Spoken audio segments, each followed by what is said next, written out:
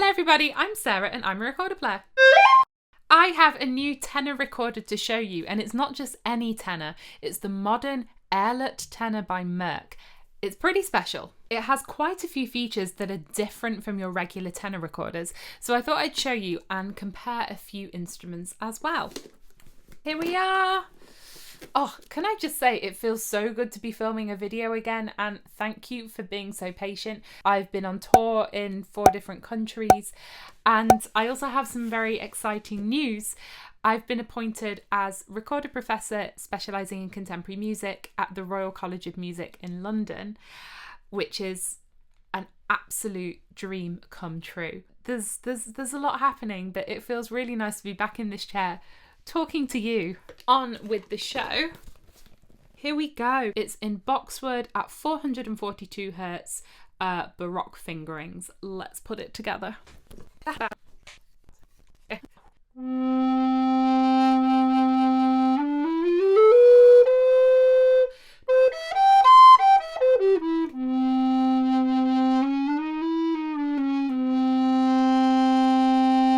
The first thing that drew me to this was just that huge richness in the bottom notes. That's really unusual for a recorder. I have no idea how much is coming through on YouTube. You're probably listening to this on your phone while you're doing the washing up, but those low notes are loud.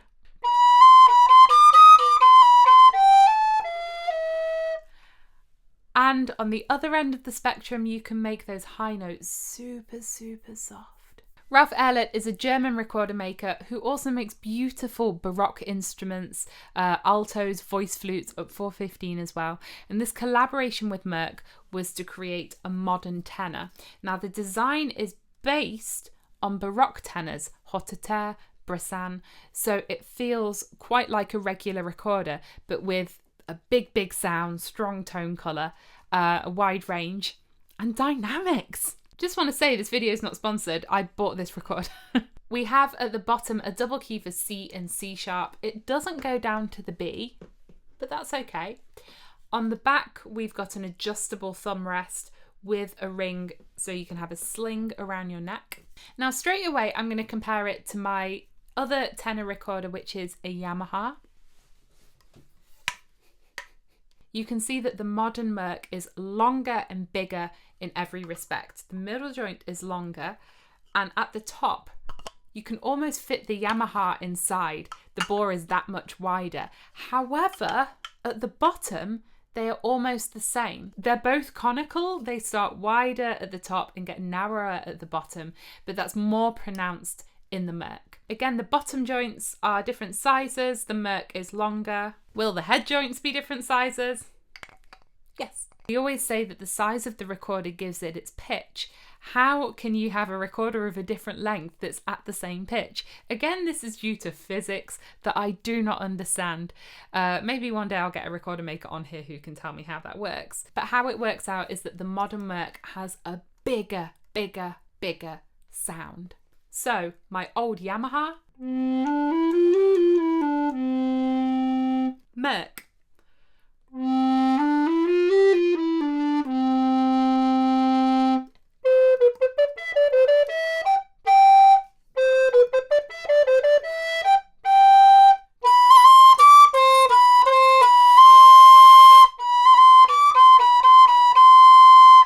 I do want to point out my Yamaha is nearly 15 years old and I have utterly obliterated it with contemporary music. This poor thing has been blasted, and my thumb hole also desperately needs to be rebushed.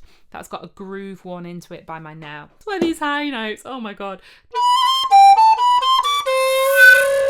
There are so many modern recorders on the market now. The Helder recorders, Mollenhauer Modern Instruments, the Eagle recorder and Dream recorders by Adriana Brokink, Tim Cranmore's Dragon Flute, Kung recorders, the Petzold's, and the new recorders by Kunat. I'm probably missing loads out.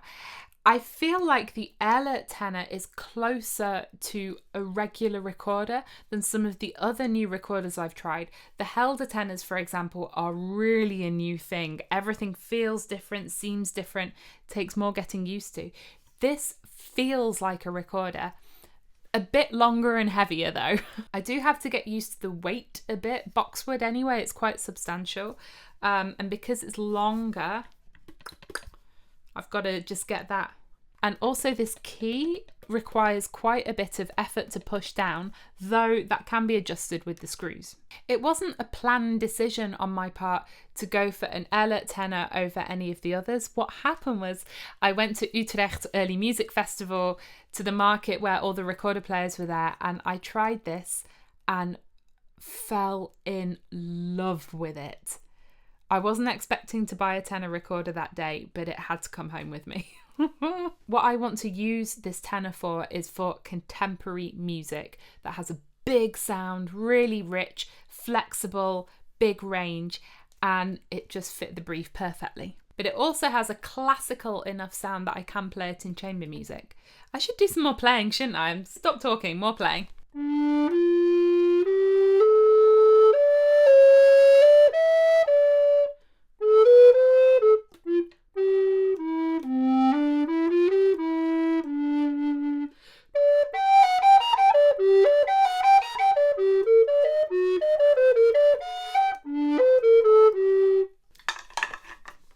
So, the recorder through time. I've got varying degrees of tenor recorder here, and I thought it would be nice to show them next to one another. My Yamaha is what we would think of a normal tenor recorder. It's based on a Baroque design.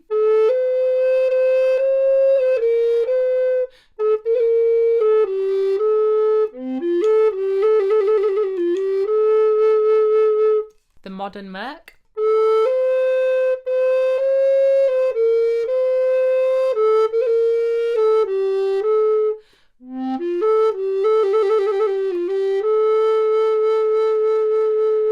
Going back in time, a Rafi tenor recorder made by Francesnco Li Virghi.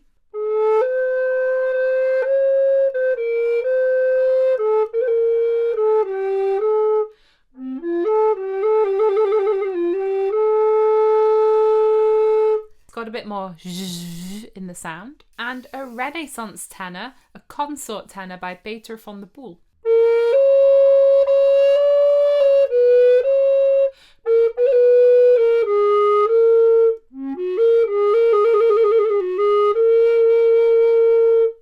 You will have noticed, why did I do that laugh, that it's a semitone higher. A equals 466 rather than 442. Succinct, Sarah. So why did the design of these tenor recorders change so drastically over the centuries? So my Consort tenor, of course every recorder plays chromatically, but because it doesn't have double holes, it's a little harder to get those bottom notes.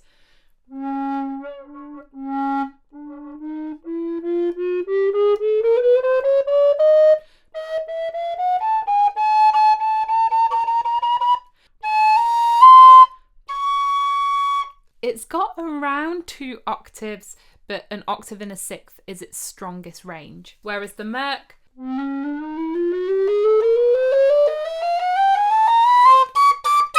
effortlessly goes up much higher. And they have very different sounds, partly due to the shape of the bore. A wider bore on the Renaissance recorders gives a bigger sound but a smaller range. For the recorders we know and love like the Yamaha, it's a narrower bore which gives a wider range but a smaller sound. And then this has all come together on the modern Moeck, a big bore, big sound and a wide range. La la la la la. Say we want this big sound and we want this wide range and be able to play all these notes chromatically. Why has it taken all these centuries to get to this point? Why weren't Renaissance recorders capable of doing the same things? There are 2 parts to this answer. First of all, they were. Of course they were capable. Renaissance recorder builders knew a huge amount about physics, the physics of sound, and I'm sure they could have made this if that was the musical ideal they were going after. In fact, in Silvestro Ganassi's 16th century book La Fontegara, he gives fingering charts for recorders that go up 2 octaves and a sixth. 2 octaves and a sixth. None of these instruments survive, but we can extrapolate from these fingering charts that they existed. So why didn't all Renaissance recorders have these wide ranges? Well, we had to think of the function of the music. Renaissance recorders were largely used in a consort setting, playing in a group, and music at the time wasn't usually composed specifically for consort recorders. They'd often be playing vocal music. So the parts recorder players would be playing would fit within vocal ranges. It was more important for a Renaissance recorder maker to go after a beautiful sound over an octave in a sixth that perfectly encapsulates the music they're trying to play, rather than go for 2 octaves in a sixth. You wouldn't sing that as often. Is that possible? Can I sing 2 octaves in a sixth? Da, da, da.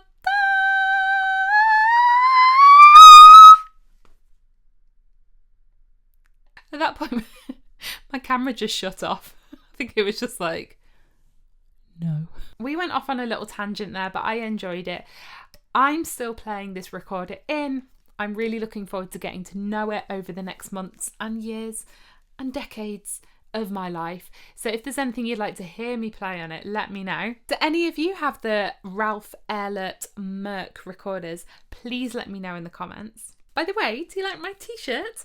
Because I'm apparently incapable of estimating product demand, I still have loads of Team Recorder t-shirts left over in size XS. So this weekend I tie-dyed them. That's it for today. As always, you can subscribe to my channel by clicking on my face down here. Over here's the Team Recorder Patreon where you can choose to support the channel. And if you're into tenor recorders, here's some more. Have a great day. Thanks for watching. Bye.